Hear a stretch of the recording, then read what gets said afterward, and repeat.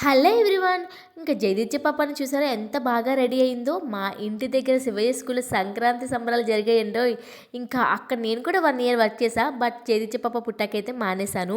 ఇంకా సంక్రాంతి అయితే పల్లెటూరులో అప్పట్లో ఎలా చేసుకునేవాళ్ళో అవన్నీ గుర్తు చేసేసారనమాట. కోడి పందాలు, హరిదాసులు, దుర్యోధన డైలాగ్స్ ఎంత బాగున్నాయో. ఇప్పుడు పల్లెటూరులో అయితే మాత్రం అలాంటివి ఏమీ కనిపించట్లేదు ఎక్కడ. ఇంకా అక్కడక్కడ ఊళ్ళో అయితే అలా ఉంటాయేమో. ఇంకా మార్నింగ్ మార్నింగ్ అయితే ఎద్దుల బండిపై అయితే పిల్లల్ని ఒక్కొక్కరిని ఒక్కొక్కలాగా క్యారెక్టర్లు ఇచ్చి వాళ్ళని రెడీ చేసుకొని రమ్మన్నారు. అండ్ పేరెంట్స్ కూడా చాలా బాగా రెడీ చేశారు వాళ్ళందరినీ కూడా. అండ్ వాళ్ళందరినీ ఊరేగించారు మార్నింగ్. నేనైతే అది మిస్ అయ్యా. బట్ మా హస్బెండ్ మాత్రం వీడియో తీసి నాకైతే పంపించారనమాట. ఇంకా పిల్లలైతే ఎంత బాగా రెడీ అయ్యారండి. చిన్న చిన్న పిల్లలు లంగావణీలు కట్టుకొని ఎంత క్యూట్గా అనిపించారో.